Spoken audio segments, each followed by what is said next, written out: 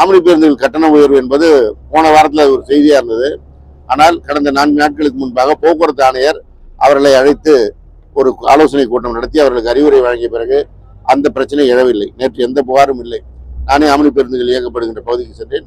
எந்த புகாரும் இல்லை. இன்னும் அதை சொல்ல வேண்டும் என்றால், அரசு பேருந்துகளில் முன்பதிவு செய்து பயணிக்கிறவர்களுடைய எண்ணிக்கை கூடியிருக்கிறது. கடந்த ஆண்டு 1,68,000 பேர் முன்பதிவு செய்து பயணித்திருந்தார்கள்.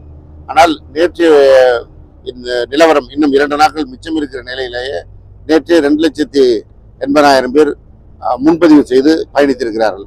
அதில் இன்னும் சொல்ல வேண்டும் என்றால், போக்குவரத்துறை வரலாற்றில் இல்லாத அளவிற்கு சாதனையாக நேற்று ஒரு நாளில் மாத்திரம் 83,000 பேர் முன்பதிவு செய்து பயணித்திருக்கிறார்கள். அது சென்னையிலிருந்து மாத்திரம் 53,000 பேர் முன்பதிவு செய்து பயணித்திருக்கிறார்கள். இதெல்லாம் போக்குவரத்து துறை வரலாற்றில் இல்லாது. இந்த முன்பதிவு எதை காட்டுகிறது என்றால், இதுவரை தனியார் பேருந்துகளில் தான் முன்பதிவு செய்து பயணிப்பார்கள். அவர்கள் நம்முடைய அரசு போக்குவரத்து பேருந்துகளில் முன்பதிவு செய்து பயணிக்கிறார்கள். அதே போல கொரோனா காலத்திற்கு பிறகு 2 சக்கர வாகனங்களில் பயணிப்பவர்கள் எண்ணிக்கை பெருமளவில் இருந்தது. அதுவும் கொஞ்சம் குறைந்திருப்பதாக தோன்றுகிறது. நேற்று இரவு நான் கிளாம்பாக்கம் ஆய்வை முடித்துக் கொண்டு அரியலூர் வருகின்ற வழியில் 2 சக்கர வாகனத்தில் வருகின்றவர்களுடைய எண்ணிக்கை குறைவாக இருந்தது. அவர்களும் இப்பொழுது முன்பதிவு செய்து பயணிக்கிறார்கள் என்பதைத்தான் இதை காட்டுகிறது. எனவே பொதுமக்கள் அரசு போக்குவரத்து கழகத்தை அதிக அளவில் பயன்படுத்த ஆரம்பிக்கிறார்கள்.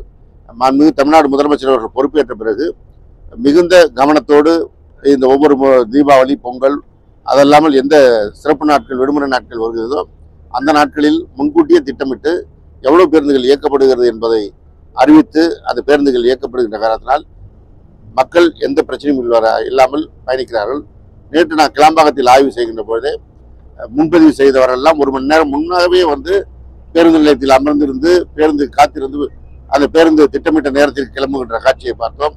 அதே போல அன்ரிசர்வ்டுக்கான பயணிகளும் அவர்களும் எந்த சிக்கலும் இல்லாமல் அவர்கள் வர வர திட்டமிட்டபடி பேருந்துகள் ஏற்பாடு செய்யப்பட்டிருக்கின்ற காரணத்தினால் பிரச்சனை இல்லாமல் நேற்று பயணித்த காட்சியை காண முடிந்தது. ஆமா, தனியார் பேருந்துகள் கடந்த ஆண்டு இயக்கப்பட்டு பரிச்சார்த்த முறையில் வெற்றிகரமாக இருந்தது. இந்த ஆண்டும் அதே போன்று தனியார் ஒப்பந்த பேருந்துகளை எடுத்து இயக்குறோம். அதை எதற்கு இருக்குன்னா 2 விதத்துல அதனால் நமக்கு பலன் இருக்கு. ஒன்று நாம் சிறப்பு பேருந்துகளை இயக்குவதற்கு அதிக பயணிகள் செறிவில்லாத வழித்தடங்களில் இருக்கிற பேருந்துகளை எடுத்து அதில் வழக்கமாக இயக்குவோம். இப்போ அந்த பேருந்துகளை எடுக்காமல் அந்தந்த பேருந்துகள் அங்கேயே செயல்படுகின்ற சூழலில் இந்த ஒப்பந்த பேருந்துகளை எடுத்து செயல்படுத்துகிறோம். இந்த வழக்கமான வழித்தடத்தில் இயங்குகின்ற பேருந்துகளை எடுக்கும்போது அதில் இயக்குகின்ற டிரைவர் கண்டக்டருக்கு கூடுதல் பணிச்சுமை இருக்கும்.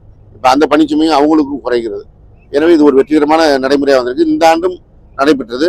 கட்டணம் என்பது அரசு போக்குவரத்து கழகத்தில் என்ன கட்டணமோ அதே கட்டணம் தான். ஏன்னா பேருந்து கிளம்பும் போதே அவர்களுக்கு டிக்கெட் கொடுக்கப்பட்டு அனுப்பப்படுகிறது. அது இல்லாமல் அந்த பேருந்து முன்பக்கமே ஒரு சீட்டு ஒட்டியிருக்கிறோம். இது ஒப்பந்த அடிப்படையில் அரசு இயக்குகின்ற வாகனம். அரசு நிர்ணயித்திருக்கின்ற கட்டணம் இவ்வளவு ரூபாய் தான் அப்படிங்கிறது ஒவ்வொரு பேருந்துலையும் ஒட்டப்பட்டிருக்கிறது. அதனால் அது எந்த பிரச்சனையும் இல்லாமல்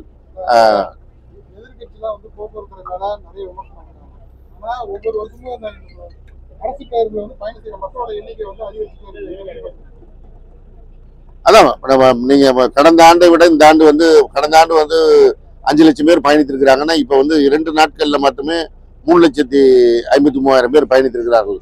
இன்னும் 2 நாட்கள் இருக்கிறது. எனவே கடந்த ஆண்டை தாண்டி தான் பொதுமக்கள் பயணிக்கிறார்கள். கடந்த ஆண்டுமே அதற்கு முந்தைய ஆண்டை விட கூடுதலாக பொதுமக்கள் நம்முடைய அரசு பேருந்துல பயணித்திருக்கிறார்கள்.